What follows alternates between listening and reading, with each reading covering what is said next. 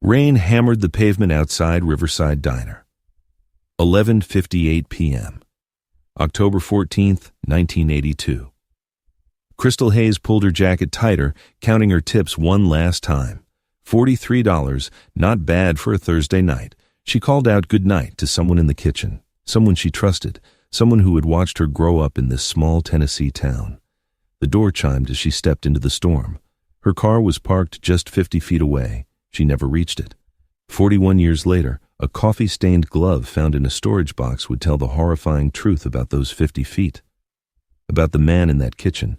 Riverside, Tennessee, population 3,847, was the kind of town where everyone knew everyone's business before they knew it themselves. Nestled along the Cumberland River, about 40 miles southeast of Nashville, the town's main street consisted of a hardware store, a Baptist church, Miller's Grocery, and Riverside Diner. The diner had been a fixture since 1956, serving breakfast platters and coffee to generations of locals who gathered there to discuss weather, politics, and gossip in equal measure. Crystal Marie Hayes had started working at the diner in the summer of 1980, just after her 17th birthday. She was saving for college, dreaming of becoming a teacher like her mother once was. With her auburn hair typically pulled back in a practical ponytail and a smile that regulars said could brighten the gloomiest Monday morning, Crystal embodied the small-town values that Riverside prided itself on. She was responsible, punctual, and kind, the kind of girl parents pointed to when they told their own children to stay focused and work hard. On that Thursday evening in October, Crystal had worked the closing shift, as she often did. Her shift began at 3 p.m., and the diner closed at midnight. The dinner rush had been steady but manageable. Local farmer Tom Bradley came in around 6 p.m. for his usual meatloaf. The Henderson family celebrated their daughter's birthday with pie and ice cream at 7:30 p.m. By 10 p.m., the crowd had thinned to just a handful of customers nursing coffee and picking at the remains of their meals.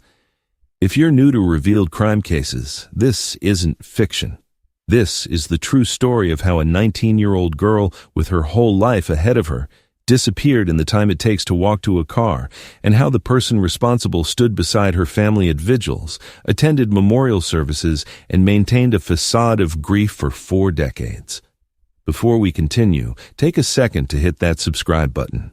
This channel explores America's most perplexing true crime cases, and I promise you, what happened to Crystal Hayes and how it was finally solved will leave you stunned by both the cruelty of the crime and the patience of justice. The last customer left at 11:52 p.m. His name was Gerald Simmons, a truck driver passing through on his way to Memphis. He would later tell police that the young waitress had seemed perfectly normal, maybe a bit tired, but friendly, as she refilled his coffee one last time and wished him safe travels. The bell above the door chimed as he left, and Crystal began her closing routine. Security footage didn't exist at Riverside Diner in 1982, but years of routine meant Crystal's movements that night could be reconstructed with reasonable certainty based on her established patterns and the testimony of Frank Morrison, the diner's owner, who was in the kitchen that evening. Crystal would have wiped down the counter and tables, swept the floor, checked that the coffee pots were turned off, and counted the register. The process typically took 30 to 40 minutes. Frank Morrison, 53 years old in 1982, had owned the diner for 12 years, having purchased it from the original owner's widow in 1970. A stocky man with thinning gray hair and glasses that constantly slid down his nose, Morrison was considered a pillar of the Riverside community. He served on the town council, organized the annual 4th of July barbecue, and rarely missed Sunday services at Riverside Baptist Church. He was known for giving local teenagers their first jobs and for extending credit to families going through hard times. Everyone called him Frank, and everyone trusted him. That night, Morrison told investigators he was in the kitchen doing inventory and preparing orders for the following day's delivery. He heard Crystal moving through the dining room, heard the sweep of her broom, heard her call out, "Good night," around midnight. He called back, "Drive safe, sweetheart." He heard the door chime. Then, nothing but the sound of rain against the windows. Crystal's car, a 1976 blue Ford Pinto, was parked in the small employee lot behind the diner. To reach it, she had to exit through the front door, walk around the side of the building, and cross approximately 50 feet of gravel lot. The walk would have taken less than a minute, even in the rain. At 12:47 a.m., Crystal's boyfriend, Danny Collins, called the Hayes residence. Crystal's mother, Patricia, answered, her voice thick with sleep. Danny was concerned because Crystal always called him when she got home from late shifts, a safety check they had established months earlier. Patricia, now fully awake and alarmed, immediately drove to the diner. She arrived at 1:03 a.m. to find Crystal's Pinto still parked in the lot, driver's door unlocked, keys nowhere to be found. The interior was dry. Crystal had never gotten inside. Patricia ran to the diner's front door and pounded on the glass. Frank Morrison appeared moments later, opening the door in obvious confusion. "Patricia, what's wrong?" She explained breathlessly that Crystal never came home. Morrison's face drained of color. He insisted he had heard her leave, heard the door chime, assumed she had driven away.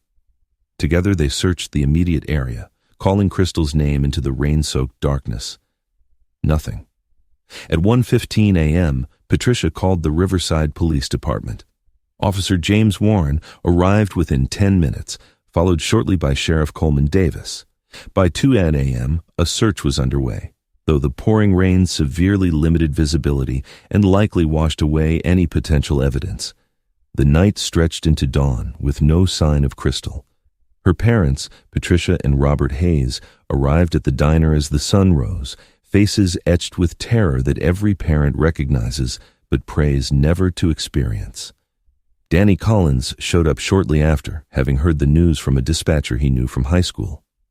Frank Morrison remained at the diner, making coffee for the searchers, answering questions for the police, his face a mask of concern and disbelief. At 8:17 a.m. on October 15th, a local fisherman named Earl Tucker made the discovery that would transform a missing person case into a presumed homicide. Approximately 2 miles downstream from the diner, near Riverside Bridge, Tucker spotted something red and white tangled in the reeds along the riverbank. He waded in and pulled out Crystal's waitress uniform, the distinctive red and white checkered pattern that every regular at the diner would recognize instantly. The name tag was still pinned to the chest, Crystal. Her apron was tied around the waist, tips still stuffed in the pocket, $3.62 in coins and small bills. The discovery sent shockwaves through the investigation and through Riverside itself. The uniform's location suggested Crystal had been near the river, though the diner was nowhere close to that area. Had she been taken there? Had she gone voluntarily? The uniform was wet, but not from having been submerged for hours. It appeared to have been placed in the water recently, perhaps that very morning. Sheriff Davis immediately expanded the search to include the entire riverbank area. Volunteers poured in from surrounding towns. The Tennessee Bureau of Investigation sent agents. Search dogs were deployed. Divers examined the river. The woods were combed methodically. Local businesses closed so employees could join the search. The Henderson family, whose daughter's birthday Crystal had helped celebrate just the night before, organized food and supplies for the searchers. Frank Morrison closed the diner out of respect, posting a handwritten sign on the door, "Closed until Crystal comes home." He joined the search parties, trudging through mud and brambles alongside Crystal's father. He was photographed by the local newspaper, arms around Patricia Hayes, both of them staring out at the river with expressions of shared anguish. But as the sun set on October 15th, Crystal Hayes remained missing. Her uniform had been found, but the girl herself had vanished as completely as if she had never existed at all. The search for Crystal Hayes consumed Riverside for weeks. By October 16th, over 200 volunteers had joined law enforcement in combing through woods, fields, and riverbanks. The Tennessee Bureau of Investigation established a command center in the high school gymnasium where maps covered every wall and phone lines rang constantly with tips, theories, and reported sightings that inevitably led nowhere. Detective Marcus Webb, a 20-year veteran of the TBI, took lead on the investigation. Webb had worked missing persons cases throughout Tennessee, but something about Crystal's disappearance struck him as particularly calculated. The uniform discovery bothered him. "It was staged," he told Sheriff Davis. "Someone wanted it found, wanted us to focus on the river. But why? What were they trying to hide?" The investigation began with the fundamentals. Webb's team reconstructed Crystal's final evening in painstaking detail, interviewing every customer who had been in the diner that Thursday night. Gerald Simmons, the truck driver who was the last customer to leave, was questioned extensively. His alibi was solid. GPS logs from his trucking company placed him 60 miles away by the time Crystal would have finished her closing duties. He was cleared within 48 hours. Tom Bradley, the farmer who had eaten meatloaf that evening, remembered Crystal seeming cheerful, maybe a bit distracted, but nothing unusual. The Henderson family recalled that Crystal had brought their daughter extra whipped cream on her birthday pie without being asked, a small kindness they would remember with heartbreak in the weeks to come. Every regular customer was interviewed. Every stranger who had stopped for gas or food in Riverside that day was tracked down and questioned. Nobody saw anything suspicious. Nobody remembered any uncomfortable interactions or threatening behavior. The timeline established by Detective Webb was precise, but frustratingly unhelpful. Crystal's shift ended at midnight. Multiple customers confirmed she was working steadily until the last patron left at 11:52 p.m. Frank Morrison stated he heard her closing routine, the familiar sounds of cleaning and organizing that he had heard hundreds of times before. He heard her call goodnight at approximately midnight.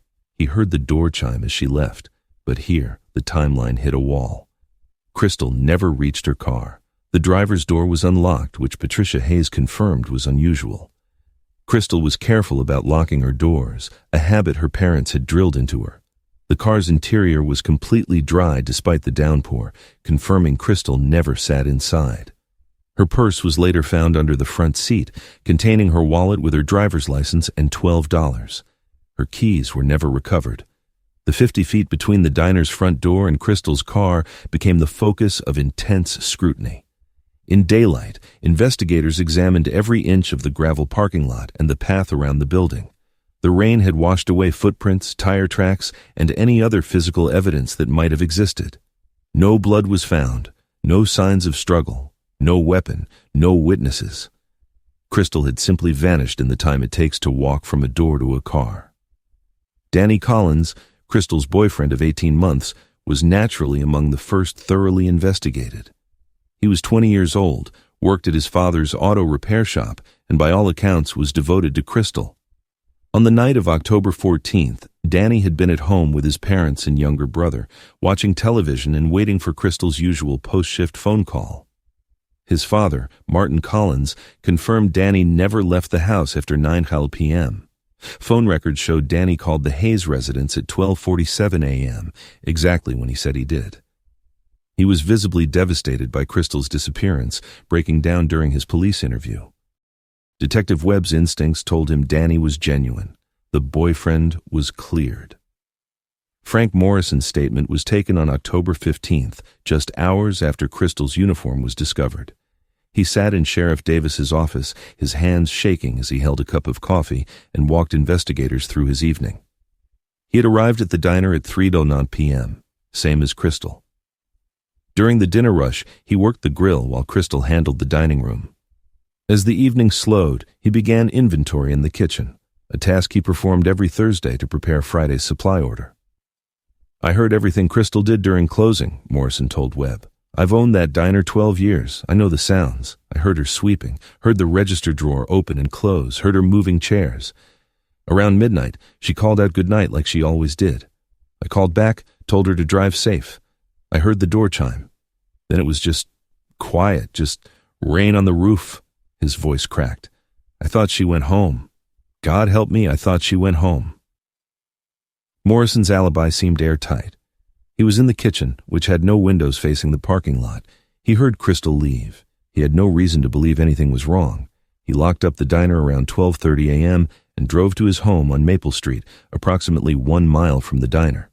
His wife, Helen Morrison, confirmed he arrived home around 12:40 a.m., their usual time on Thursday nights.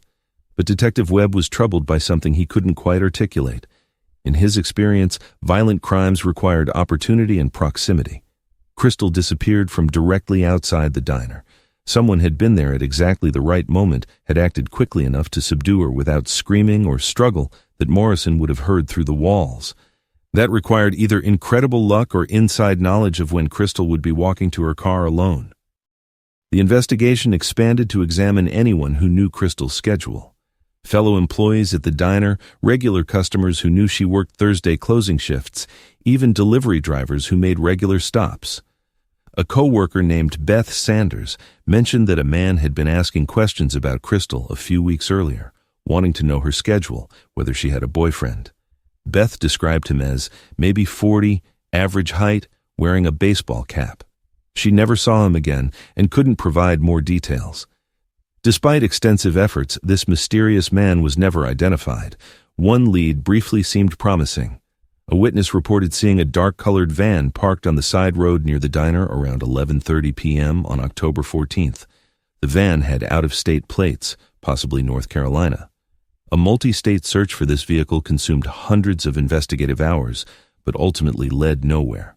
The van was never located, and the witness later admitted he couldn't be certain of the date or the time. By November 1982, the investigation had interviewed over 300 people, followed up on 200 tips, and searched over 40 square miles of countryside. Crystal's face was on missing person posters throughout Tennessee and neighboring states. The case was featured on local television news regularly. Patricia and Robert Hayes appeared on Nashville's evening news, pleading for information, for their daughter's safe return, for anything that might bring Crystal home. Frank Morrison became an unexpected pillar of support for the Hayes family during this agonizing period. He visited their home regularly, bringing casseroles Helen had prepared, sitting with Robert in silence when words failed, organizing fundraisers for the search efforts. He donated $5,000 of his own money to establish a reward fund for information leading to Crystal's whereabouts. The Riverside community watched Morrison's grief and compassion and respected him even more for how he supported the family of his young employee. Frank treated Crystal like a daughter, Patricia Hayes told a reporter in November. He's been devastated by this. He's been such a source of strength for us. The article ran with a photograph of Morrison embracing Patricia outside Riverside Baptist Church after a prayer vigil for Crystal. What nobody knew, what nobody could have known in 1982, was that the grief on Morrison's face was not for Crystal. It was for himself, for the secret he carried. For the 41 years, he would maintain his facade while Crystal's parents aged with unanswered questions, while her boyfriend moved through life with a hole where his future should have been, while a town mourned a girl whose killer attended every memorial service, his face appropriately somber, his words appropriately comforting. The dishwashing gloves he had worn that rainy October night, the ones stained with Crystal's blood, sat in a cardboard box in the diner's storage room, waiting for technology that didn't yet exist, and a renovation that wouldn't happen for decades, waiting to finally tell the truth about those 50 feet between the door and the car, waiting to speak for a 19-year-old girl who never got the chance to say goodbye. By January 1983, the active search for Crystal Hayes had been suspended. The Tennessee Bureau of Investigation maintained the case as open and ongoing, but the daily command center operations ceased. Detective Webb continued following leads, but they arrived less frequently now, and most were based on wishful thinking rather than credible evidence. Psychics called claiming to see Crystal in visions, well-meaning residents reported dreams. Anonymous tips suggested she had run away to California, to Florida, to anywhere but the bottom of the Cumberland River where everyone secretly feared she lay. The formal transition from active investigation to cold case occurred in March 1985, though no official announcement marked the change. It was a gradual shift that the Hayes family felt more than witnessed. Detective Webb's weekly visits became monthly, then quarterly. The dedicated tip line was disconnected. The missing person posters, once ubiquitous throughout the region, faded and tore and were rarely replaced except by Patricia Hayes herself, who drove to neighboring towns with tape and staples and a mother's desperate determination. For Robert and Patricia Hayes, the transition to cold case status felt like a second death. The first death was Crystal's disappearance, that initial shock of impossibility. The second was watching the world move on, watching their daughter's case become a historical footnote rather than an urgent crisis. Friends stopped asking if there was news. Conversations at the grocery store became awkward, people unsure whether to acknowledge the unresolved tragedy or politely ignore it. Time doesn't heal when you don't have answers. Patricia told a journalist on the 5th anniversary of Crystal's disappearance. Every day is October 15th in our house. Every day we're waiting for the phone to ring, for someone to tell us what happened to our baby. The Hayes home on Elm Street became a shrine frozen in time. Crystal's bedroom remained exactly as she had left it on that Thursday afternoon when she drove to work for the last time.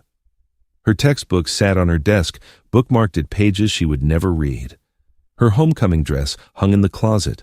Her record collection, favorites like Fleetwood Mac and the Eagles, gathered dust on the shelf. Patricia cleaned the room weekly but changed nothing, maintaining it as a sanctuary for a daughter who might impossibly walk through the door at any moment. Robert Hayes, who had worked as a supervisor at the lumber mill, took early retirement in 1987. He could no longer focus on work, he explained to friends. His mind was always elsewhere, always turning over details of that October night, always wondering what he had missed, what the police had missed, what clue might be hiding in plain sight. He spent his days driving the back roads of rural Tennessee, searching places that had already been searched dozens of times, hoping his father's instinct might lead him where investigators' logic had not. Danny Collins struggled to move forward in a different way. He graduated from technical school, eventually took over his father's auto repair business, even got married in 1991. But those who knew him well said a part of Danny remained trapped at age 20, waiting for a phone call that never came. He named his first daughter Crystal Marie in 2003, ensuring that the name would continue, that someone would carry forward the memory of the girl he had loved and lost in the rain. The Riverside community itself bore scars from Crystal's disappearance. Parents held their children closer. The easy trust that had defined small-town life eroded. Teenage girls no longer walked anywhere alone at night. The diner's parking lot, once just a place to park a car, became a location invested with dread. Some locals avoided Riverside Diner altogether, unable to separate the cheerful red booths and comfort food from the knowledge that something terrible had happened just outside its doors. Frank Morrison reopened the diner in November 1982, a full month after Crystal's disappearance. Business was slow at first. Some people felt it was inappropriate, disrespectful even, to return to normal operations while Crystal remained missing. But Morrison positioned the reopening as a tribute to Crystal, a statement that her memory would not be defined by tragedy alone. He hired a new waitress, a middle-aged woman named Dorothy Chen, who needed the work and had the grace not to make comparisons to the girl who had vanished. Throughout the 1980s and 1990s, Morrison remained a respected figure in Riverside. His support for the Hayes family never wavered publicly.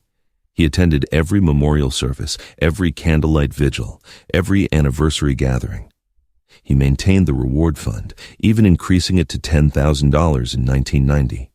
He spoke to reporters when they arrived for anniversary stories, always expressing hope that Crystal would be found, that whoever was responsible would face justice. "We can't give up on Crystal," Morrison told a Nashville television station in 1992, marking the 10th anniversary of her disappearance. "This community loved that girl. We owe it to her and her family to keep her memory alive, to keep searching for answers." The segment showed him standing outside the diner, now showing its age but still operating, a landmark that had outlived several other Main Street businesses. What nobody could see was what Morrison carried inside. The knowledge that Crystal's body was not in the river or the woods or buried in some remote field. The knowledge that he had ended her life over something as mundane as money, over an accounting error she had discovered, over a threat she had made in innocence, never imagining the man she trusted would choose murder over exposure. The knowledge that every hug he gave Patricia Hayes, every dollar he donated to the reward fund, every moment of performance grief, was another layer of insulation between himself and the truth.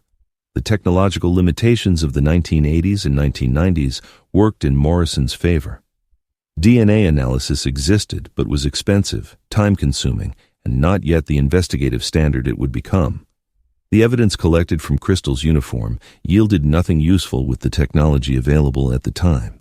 The fibers, the potential biological material, the traces that might have told investigators what happened in those 50 feet between door and car, all of it sat in evidence storage, waiting for science to advance. Detective Webb retired from the TBI in 1998, Crystal's case among several that haunted his final years. He had done everything procedurally correct, followed every lead, applied every investigative technique available to him. But Crystal Hayes remained missing, and the why and who remained mysteries. On his last day, Webb stopped at the Hayes home. He sat with Patricia and Robert and apologized for not bringing their daughter home. Patricia held his hand and thanked him for never giving up, even though the case file told a story of eventual surrender to impossible circumstances. So here's something I'm curious about. What's the weather like where you're watching from today? Our story takes place during a brutal rainstorm that washed away evidence and perhaps changed the course of the investigation. Weather plays such a crucial role in crimes and their solutions. Sometimes it hides the truth. Sometimes, as you'll see, it preserves it. Drop your location and weather in the comments. It's always fascinating to see where this community gathers from, united by interest in cases like Crystal's, where justice takes decades to arrive. By 2000, Crystal's case was 18 years old.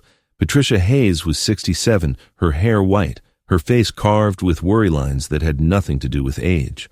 Robert was 71, his health declining, his hope dimming. They had made peace with the likelihood they would die without answers, without closure, without knowing what happened to their daughter in those missing minutes. Frank Morrison was 71 as well. He had sold the diner in 1999, retiring comfortably on the proceeds in his savings. He and Helen moved to a smaller house on the edge of town, enjoying what Morrison told friends was a well-earned rest after decades of early mornings and late nights in the restaurant business. He remained active in community affairs, still attending church regularly, still a familiar face at town events. The diner changed hands twice more over the next 2 decades. Each new owner maintained the basic structure, updated the equipment, refreshed the decor, but kept the essential character that had made it a Riverside institution. The storage room where Morrison had kept supplies, boxes of napkins, industrial-sized containers of ketchup and mustard, old equipment waiting to be repaired or discarded, remained largely untouched. New inventory stacked on top of old, boxes pushed to the back, forgotten, accumulating dust. In that storage room, in a cardboard box labeled Kitchen Supplies 1982, sat a pair of yellow rubber dishwashing gloves, the kind every restaurant in America used for decades, the kind nobody would think twice about. The kind Frank Morrison had worn on the night of October 14, 1982, when Crystal Hayes discovered accounting irregularities in the diner's books, when she told him she was going to mention it to her father, who knew a bit about bookkeeping. When Morrison realized his embezzlement, his skimming of profits over a decade, was about to be exposed. The gloves had brown stains on the fingertips, Crystal's blood, from where Morrison had grabbed her in the parking lot after following her outside, after the confrontation that turned violent when she threatened to call the police. His DNA on the exterior rubber from his hands that had worn them, that had disposed of her body in a location no search party ever looked. That had placed her uniform in the river as misdirection, staging a crime scene that led investigators in the wrong direction. Those gloves waited in darkness. Through 18 years, then 25, then 30, then 40. They waited while Patricia Hayes aged and grieved. While Robert Hayes died in 2015, his final words reportedly calling for Crystal. While Danny Collins told his daughter stories about the girl she was named for. While Frank Morrison lived a comfortable retirement, his secret intact, his reputation unblemished, his conscience apparently untroubled. The gloves waited for technology that could extract DNA from decades-old evidence, for cold case units that would re-examine forgotten evidence with fresh eyes, for renovations that would disturb storage rooms and bring forgotten boxes back into light. They waited for justice that Crystal Hayes deserved, justice that seemed impossible in 1982, justice that was merely delayed, not denied. In March 2023, Riverside Diner changed ownership for the 4th time since Frank Morrison's retirement. The new owners, Marcus and Jennifer Tran, a couple from Nashville with dreams of revitalizing small-town businesses, purchased the property with plans for significant modernization. The diner had served Riverside for 67 years, but age showed in every corner. The kitchen equipment was outdated, the dining room decor stuck somewhere in the 1990s, and the storage room was a chaotic collection of 4 decades of accumulated supplies, broken equipment, and forgotten inventory. Jennifer Tran stood in the storage room doorway on a Wednesday morning in April, surveying the mess with a mixture of determination and dread. Boxes were stacked haphazardly to the ceiling. Old cooking equipment, fryers and mixers that hadn't worked in years crowded the floor space. Metal shelving units sagged under the weight of industrial-sized containers, some of them dating back to previous ownership eras. "This is going to take weeks," she told Marcus, who had joined her with work gloves and trash bags. They started in the back corner, the area that clearly hadn't been touched in years. The boxes here were deteriorating, cardboard softened by humidity and time, labels faded to illegibility. Some contained ancient marketing materials, promotional items from food distributors that no longer existed. Others held dishes and glassware from previous decor schemes. One box was filled with old uniforms, red and white checkered fabric that must have been the standard decades ago. "Look at this," Marcus said, pulling out a box labeled Kitchen Supplies 1982 in faded marker. The box was lightweight, containing miscellaneous items that someone had apparently boxed up over 40 years ago and never bothered to sort through. Pot holders, worn dish towels, a broken timer, measuring cups with the markings worn off, and near the bottom, a pair of yellow rubber dishwashing gloves cracked with age. Jennifer was about to toss the gloves into the trash bag when something made her pause. The fingertips had dark brown stains that looked like they might have been rust or perhaps old food residue. But something about the pattern of the stains bothered her. She had managed restaurants for 15 years before buying the diner, and she had seen plenty of stained gloves. These looked different somehow, more deliberate, more localized to specific fingers. "What year did that waitress disappear?" Jennifer asked Marcus. They had heard the story within days of expressing interest in buying the diner. Crystal Hayes was Riverside history, the tragedy that defined the town's memory, the case that remained unsolved after more than 4 decades. Marcus thought for a moment. 1982, I think. October 1982. His eyes widened as he looked at the box label, then at the gloves in Jennifer's hands. "You don't think?" "I think we should call the police," Jennifer said quietly. At 2:37 p.m. on April 12, 2023, Sheriff Amanda Torres arrived at Riverside Diner. Torres had been sheriff for 6 years, but she had grown up in Riverside, had been 7 years old when Crystal Hayes disappeared. She remembered the search parties, the frightened faces of her parents, the way her mother had held her closer for months afterward. Crystal's case was the reason Torres had become a police officer, the reason she believed in the importance of never giving up on cold cases. Torres examined the gloves carefully, her expression unreadable. The stains were concerning, and the date on the box was impossible to ignore. But 41 years was a long time for evidence to sit unpreserved, and she didn't want to give the Hayes family false hope. She carefully placed the gloves in an evidence bag, maintaining chain of custody protocol that would be crucial if these items proved significant. "I'm going to send these to our forensics lab," Torres told the Trans. "It's probably nothing, but given the date and the history, we need to be thorough. I'll need a statement from both of you about exactly where and how you found these."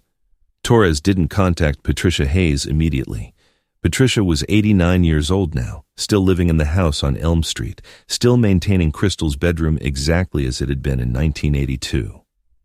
Torres had visited her every year on the anniversary of Crystal's disappearance, a gesture of respect and remembrance. Patricia's health was fragile, her heart weak. Torres wasn't going to mention the gloves until she knew if they meant anything. The Tennessee Bureau of Investigation's Forensics Laboratory received the evidence on April 14th. Senior forensic scientist Dr. Lisa Park examined the gloves using techniques that didn't exist in 1982. Microscopic analysis confirmed the brown stains were biological in nature. DNA extraction protocols developed over decades of advancement allowed Park's team to work with degraded samples that would have been useless 40 years earlier. The process took 3 weeks. Modern DNA analysis requires careful extraction, amplification, and sequencing. The samples from the gloves were challenging, degraded by time and storage conditions that were far from ideal. But Dr. Park had worked cold cases before. had experience coaxing genetic profiles from evidence that seemed hopelessly compromised. On May 8, 2023, Dr. Park called Sheriff Torres personally. "You're going to want to sit down for this," Park said. The DNA results had revealed two distinct genetic profiles on the gloves. The first profile, extracted from biological material on the interior fingertips, matched Crystal Hayes. DNA samples taken from Crystal's preserved personal effects, her hairbrush and toothbrush that Patricia Hayes had kept for 41 years, provided the comparison. Crystal's blood was on those gloves, inside the gloves where someone wearing them would have touched her. But the second DNA profile was perhaps even more significant. Touch DNA extracted from the exterior rubber surfaces matched a profile in the Tennessee criminal database, not because of any serious crime, but because of a routine traffic violation that required DNA sampling under state law implemented in 2019. The profile belonged to Frank Morrison, the man who owned the diner in 1982, the man who claimed he was in the kitchen when Crystal left, the man who heard nothing, saw nothing, knew nothing about her disappearance, the man who supported her family, donated to reward funds, attended vigils for 4 decades. His DNA was on the exterior of gloves that had Crystal's blood on the interior. Sheriff Torres sat in her office, the DNA report in front of her, trying to process what seemed impossible. Frank Morrison was 93 years old, living in a small house on Riverside's outskirts, a retired pillar of the community. And he had apparently murdered 19-year-old Crystal Hayes in 1982, then attended her memorial services with her blood literally on his hands. Torres immediately assembled a task force. She contacted Detective Sarah Chen, who led the state's cold case unit, a specialized team established in 2020 specifically to apply modern forensic techniques to Tennessee's backlog of unsolved crimes. Chen arrived in Riverside within hours, bringing 2 additional investigators and a forensic psychologist. "We need to build an airtight case before we approach Morrison," Chen told the assembled team. The DNA was powerful evidence, but 41 years created complications. They needed to understand how those gloves connected to Crystal's disappearance, why Morrison had kept them, what else might be recovered. The investigation team began by pulling every document related to Crystal's case. Detective Webb's original files, now digitized, revealed details that took on new meaning in light of Morrison's DNA on the gloves. Morrison had been interviewed multiple times, his statement consistent. He was in the kitchen. He heard Crystal leave. He heard nothing suspicious. His timeline seemed to account for his whereabouts. But Chen noticed something Webb couldn't have known to look for in 1982. Morrison's statement claimed he was doing inventory when Crystal closed. Inventory that would require handling supplies, checking stock, writing notes. Activities that would reasonably require wearing gloves if he was also cleaning or handling raw materials. Activities that would explain why dishwashing gloves were accessible, why Morrison might have been wearing them that night. The forensic psychologist, Dr. Raymond Foster, reviewed the case materials and offered a profile. "This wasn't a crime of passion or opportunity," Foster explained. "The gloves suggest premeditation or at least awareness of forensic evidence.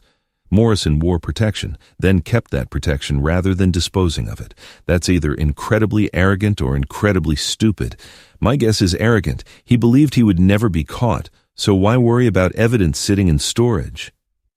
Chen's team also discovered financial records that had never been thoroughly investigated. Morrison sold the diner in 1999 for significantly more than its assessed value should have warranted. Why?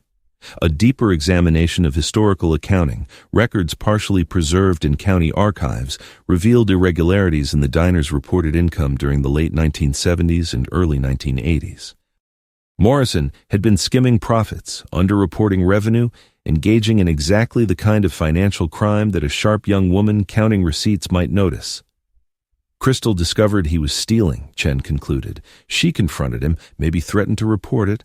Morrison saw his reputation, his position in the community, everything he had built, about to crumble because of a 19-year-old waitress who was too honest for her own good. The pieces assembled into a narrative that made terrible sense. Morrison followed Crystal outside, perhaps intending only to intimidate her, to convince her to stay quiet. But the confrontation escalated. The rain provided cover. The isolated parking lot provided opportunity. The gloves he was already wearing for kitchen work became protection when he grabbed her, when she fought back, when her blood stained the rubber fingertips. Disposing of Crystal's body would have been relatively simple for Morrison. He knew the area intimately, knew the back roads and isolated spots where a body might never be found. Planting her uniform in the river was misdirection, a false trail that sent investigators searching waterways while Crystal lay somewhere else entirely. Then, Morrison simply returned to his life, confident that a small-town diner owner was above suspicion, that his standing in the community provided camouflage better than any alibi. On May 15, 2023, Sheriff Torres and Detective Chen sat in Torres's office, preparing for what came next. They had DNA evidence connecting Frank Morrison to Crystal Hayes' blood. They had financial motive. They had opportunity. They had a case that could finally bring justice after 41 years. "We need to arrest him before he finds out we're investigating," Chen said. "He's 93, but flight risk is real. And we need to search his property immediately before anything can be destroyed." Torres thought about Patricia Hayes, now 89, who had spent 41 years waiting for this moment. Torres thought about Robert Hayes, buried next to an empty plot reserved for the daughter whose body he never got to bury. Torres thought about Crystal herself, 19 years old forever, her life stolen in a parking lot by someone she trusted. "Let's bring him in," Torres said. The arrest of Frank Morrison occurred at 6:47 a.m. on May 17, 2023. Sheriff Torres led a team of 6 officers to Morrison's modest ranch house on the outskirts of Riverside. The sun was just rising, casting long shadows across the carefully maintained lawn that Morrison still tended despite his age. Torres had chosen early morning deliberately. Morrison was 93, and she wanted to minimize the risk of a medical emergency or violent confrontation, though she suspected neither was likely. Men who hide behind respectability for 4 decades don't typically go down fighting. Morrison answered the door in his bathrobe, confusion crossing his weathered face as he registered the number of law enforcement vehicles in his driveway, the officer standing on his porch. "Amanda? What's this about?" He had known Torres since she was a child, had served her pancakes at the diner dozens of times, had watched her grow into the sheriff she became. "Frank Morrison, you're under arrest for the murder of Crystal Hayes," Torres said, her voice steady despite the surreal nature of arresting a man who had been a fixture of her childhood. She read him his rights as 2 officers stepped forward with handcuffs. Morrison's face drained of color, but he didn't protest, didn't ask what they were talking about, didn't claim innocence. He simply stood there, silent, as the handcuffs clicked around his wrists. Helen Morrison, 90 years old and suffering from advanced dementia, appeared in the hallway behind her husband, her face blank with confusion. Torres had arranged for a social worker to arrive immediately to ensure Helen was cared for. Whatever Frank Morrison had done, his wife was a victim of his choices as well, facing the destruction of her life's understanding in what remained of her fading awareness. As Morrison was led to the patrol car, neighbors emerged from their homes, drawn by the flashing lights and unusual activity. Within an hour, news of the arrest spread through Riverside like wildfire. By 9 a.m., Sheriff Torres's office was flooded with calls from media outlets across Tennessee and beyond. The 41-year-old cold case, solved through DNA evidence found in a storage room, was exactly the kind of story that captured national attention. But Torres's first priority wasn't managing media. At 8:15 a.m., she drove to Elm Street, to the house where Patricia Hayes had lived since 1958, where she had raised Crystal, where she had waited 41 years for answers. Torres sat in her patrol car for 5 minutes before walking to the door, rehearsing words that could never adequately convey what needed to be said. Patricia answered after the 3rd knock, moving slowly with her walker. At 89, she was frail but mentally sharp, her eyes still carrying the same desperate hope they had held since October 15, 1982. She looked at Torres's face and knew immediately that something had changed. "You found her," Patricia whispered. "We found who took her," Torres said gently. "May I come in?" What Torres told Patricia Hayes over the next hour destroyed and rebuilt her understanding of the previous 4 decades. Frank Morrison, the man who had comforted her, who had donated to reward funds, who had attended every memorial service, had murdered her daughter. had stood beside her at vigils while knowing exactly where Crystal's body was, had hugged her with hands that had worn gloves stained with Crystal's blood. Patricia's reaction was not what Torres expected. She didn't scream or cry or collapse. She sat in the same chair she had sat in for 41 years, in the living room where Crystal's high school graduation photo still held the place of honor on the mantel, and she nodded slowly. "I knew it was someone she trusted," Patricia said quietly. "I always knew. Crystal wouldn't have gone anywhere with a stranger. She was too smart, too careful." The interrogation of Frank Morrison began at 10:30 a.m. in an interview room at the county courthouse. Detective Chen led the questioning, with Sheriff Torres observing. Morrison had declined an attorney initially, a decision that surprised the investigators. Chen began by laying out the evidence: the gloves, the DNA, the financial irregularities, the timeline that put Morrison in the perfect position to intercept Crystal. Morrison listened in silence for 45 minutes. Then, perhaps realizing that denial was impossible in the face of DNA evidence, perhaps simply tired of carrying the weight of his secret, he began to talk. What emerged over the next 3 hours was a confession that would be transcribed into 73 pages of testimony, a detailed account of the night Crystal Hayes died and the 41 years Morrison spent living with what he had done. Crystal had been organizing receipts during her closing routine on October 14, 1982. She noticed discrepancies in the cash totals, deposits that didn't match the register readings. She was good with numbers, took bookkeeping in high school, helped her father balance his personal accounts. The errors she found weren't mistakes. They were systematic, consistent, deliberate. Morrison was skimming approximately $200 per week from the diner's revenue, money he claimed in his confession that he used to cover gambling debts accumulated at an illegal poker game run in the back room of a bar in the next county. Crystal confronted Morrison near midnight after the last customer left. She told him she was going to tell her father, who would know what to do about it. Morrison panicked. His reputation, his position on the town council, his standing in the church, everything would be destroyed. He followed Crystal outside into the rain, intending to convince her to stay quiet, offering her money, promising to pay back everything he had taken. But Crystal refused. She was 19 and idealistic and saw the world in black and white. Stealing was wrong.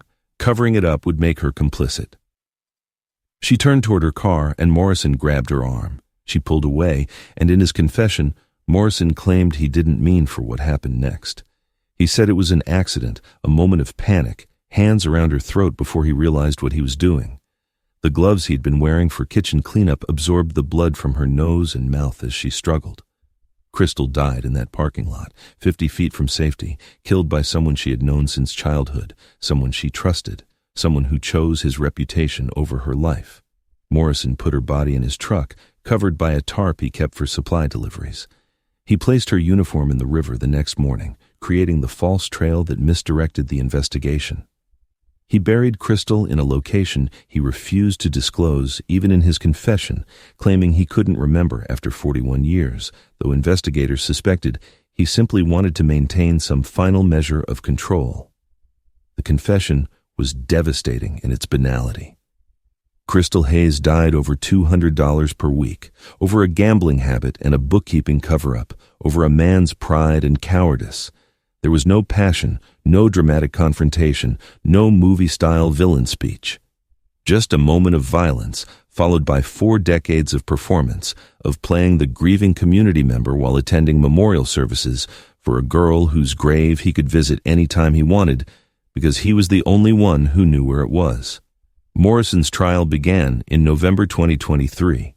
Despite his confession, he pleaded not guilty, and his court-appointed attorney argued that at 93, Morrison's memory was unreliable, his confession potentially coerced, his mental state questionable.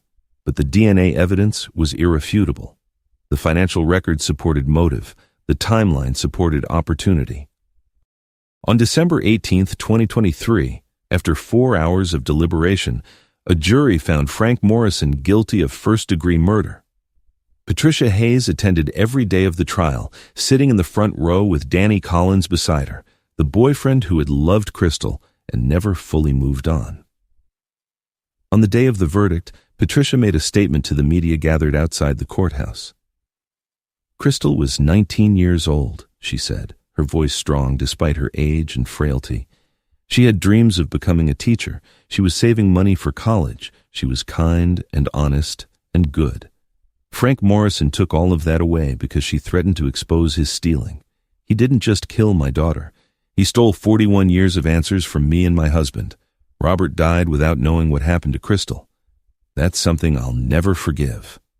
Sentencing occurred in January 2024. Despite Morrison's age, Judge Catherine Walsh imposed the maximum sentence, life in prison without the possibility of parole. "This crime was not diminished by time," Judge Walsh stated. "The suffering you caused to the Hayes family, to this community, to everyone who trusted you, was compounded by every year you maintained your deception. You attended memorial services for a victim whose death you caused. You comforted a family whose anguish you created. The court finds no mitigating factors that warrant leniency." Frank Morrison died in prison on March 3, 2024, 6 weeks into his sentence. He suffered a massive stroke and never regained consciousness. He took to his grave the location of Crystal's body, denying Patricia Hayes the final closure of bringing her daughter home for burial. Despite extensive searches of properties Morrison owned or had access to in 1982, Crystal's remains have not been recovered as of this recording.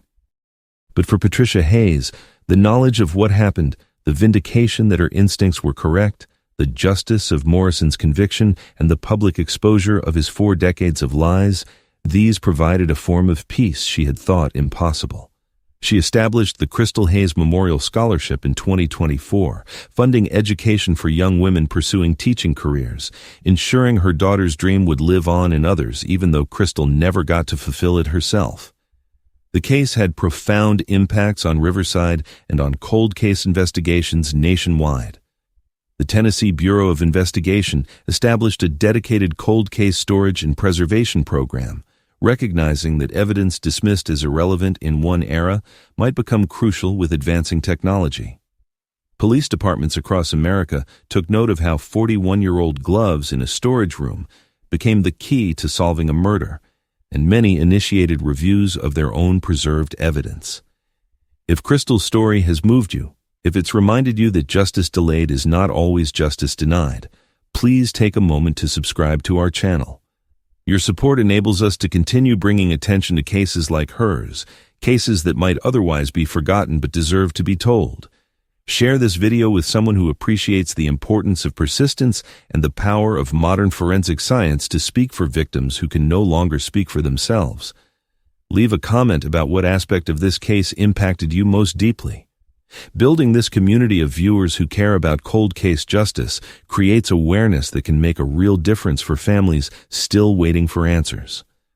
The story of Crystal Hayes is a reminder that evidence never forgets, even when memories fade and perpetrators believe themselves safe. Those yellow rubber gloves sat in darkness for 41 years, waiting for technology to give them a voice, waiting for Jennifer Tran to pause before throwing them away, waiting for justice that seemed impossible but was merely delayed. Patricia Hayes turned 90 in July 2024. She still lives on Elm Street in the house where Crystal grew up, where her bedroom remains a shrine to a 19-year-old girl frozen in time. But Patricia no longer spends her days wondering what happened. She knows. And while that knowledge brought new pain, it also brought something she had been denied for 4 decades. Closure. "I can finally say goodbye," Patricia told a reporter on what would have been Crystal's 62nd birthday. "I know what happened to my baby. I know who took her from us. I know she didn't suffer some unknown fate. She died because she was too honest to look away from wrongdoing. That's a terrible reason to die, but it's also a testament to who she was. Crystal was brave and good until the very end. Some mysteries aren't meant to remain unsolved forever. Some secrets, no matter how carefully guarded, eventually surface, and some voices, silenced for decades, finally find a way to speak. Crystal Hayes spoke through rubber gloves and DNA technology that didn't exist when she died. She spoke through a renovation that disturbed a storage room after 41 years.